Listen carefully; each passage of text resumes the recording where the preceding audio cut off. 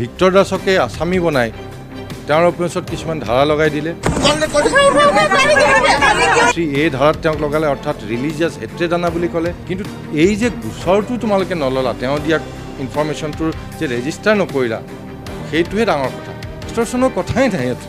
বৰ হাস্যকৰ victorদাসে এটা টুইট কৰিছিলে যেটো আমি দেখিছোঁ সেই টুইটত কৈছিলে যে যেটো এটো চাকৰি প্ৰক্ৰিয়া চলি আছে সেই চাকৰি প্ৰক্ৰিয়াত কিছুমান ধনৰ লেনদেন হৈছিলে কিন্তু সেই টুইটটোত তেওঁ কাৰো এগেইনষ্টত কোনো এলিগেশ্যন আনা নাছিল তেওঁ মাত্ৰ এটা ইনফৰমেশ্যন দিছিলে কিন্তু সেই ইনফৰমেশ্যনটো এটা কগনিজেবল অফেন্স হিচাপে হ'ব পাৰে আচলতে সেই ইনফৰমেশ্যনটোৱে এখন এফআইআৰ হিচাপে ৰেজিষ্টাৰ হ'ব লাগিছিল কিন্তু নহৈ পেলাই বৰ আচৰিত ধৰণে victorদাসকে আসামি বনাই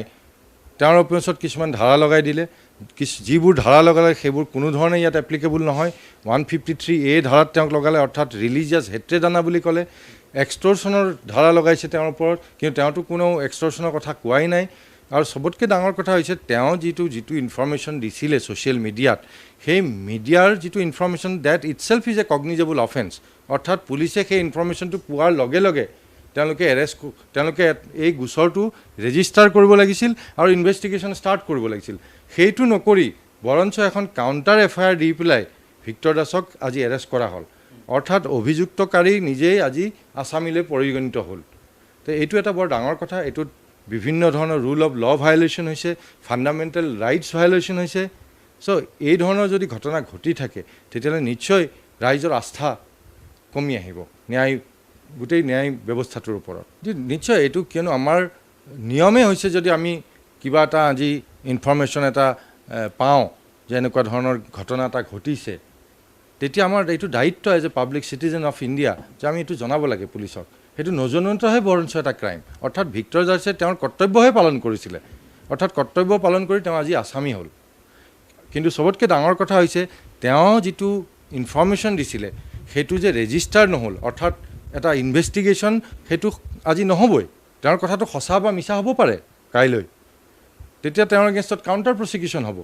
কিন্তু এই যে গোচৰটো তোমালোকে নললা তেওঁ দিয়া ইনফৰমেশ্যনটোৰ যে ৰেজিষ্টাৰ নকৰিলা সেইটোহে ডাঙৰ কথা অৰ্থাৎ সম্পূৰ্ণ প্ৰক্ৰিয়াটো তাতেই স্তব্ধ হৈ গ'ল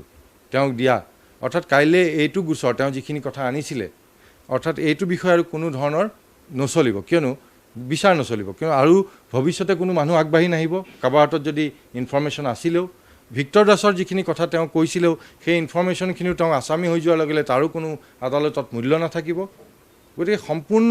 তেওঁ যিখিনি ইনফৰমেশ্যন দিছিলে সেই সম্পূৰ্ণখিনি অথলৈ যাব অৰ্থাৎ এই গোটেই প্ৰক্ৰিয়াটোক এটা বৰ অভিসন্ধিৰে মই ভাবোঁ যে এইটোক কলিতে মাৰি পেলালে APSC কথাতে আপোনালোকে দেখিছে যে এগৰাকী মহিলাই ডিব্ৰুগড়ত তেওঁ ধন দাবী কৰা বুলি এটা গোচৰ দিছিলে এফআইআৰ দিছিলে সেইটোৰ পিছতে তদন্ত হৈ পেলাই গোটেই APSC কেলেংকাৰীটো আজি আদালতৰ মজিয়া পালেহি ইয়াতো এই গোচৰটো তেওঁ যিটো ইনফৰমেশ্যন দিছিলে সেই ইনফৰমেশ্যনটো ইটছ এ কগনিজেবল অফেন্স কিন্তু তেওঁ তাত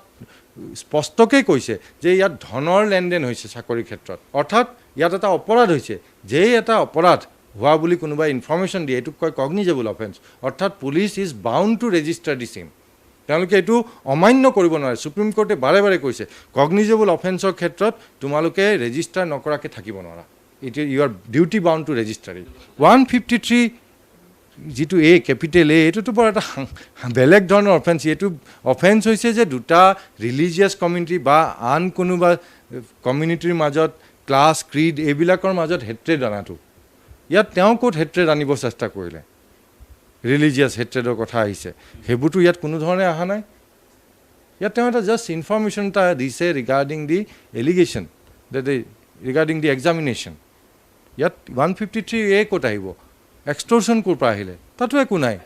আৰু পিছত কোনো অফেন্সেই হোৱা নাই তেওঁৰ এইকেইটা অফেন্স যিকেইটা তেওঁৰ হাতত দিছে সেইটোতো bailable offence 153A non bailable offence কিন্তু 153A হোৱা নাই ইয়াতে ৰিলিজিয়াছ চেণ্টিমেণ্ট কাৰোবাক হাৰ্ম কৰাটো হোৱা নাই ৰিলিজিয়াছৰ কথাই নাই ইয়াতে এক্সটৰ্চনৰ কথাই নাই ইয়াত বৰ হাস্যকৰ 384 যিটো এক্সটৰ্চন এটা তেওঁ কৰিব লাগিব কাৰোবাক তেওঁ ধন দাবী কৰিব লাগিব কাৰোবাৰ পৰা ধন আনিব লাগিব ধন আনিলেহে এক্সটৰ্চন হ'ব ধন দাবী কৰিলে এক্সটৰ্চন 385 হ'ব সেইটো বেইলেবল অফেন্স সেইবোৰতো সেইবোৰ থ্ৰেটনিং কৰা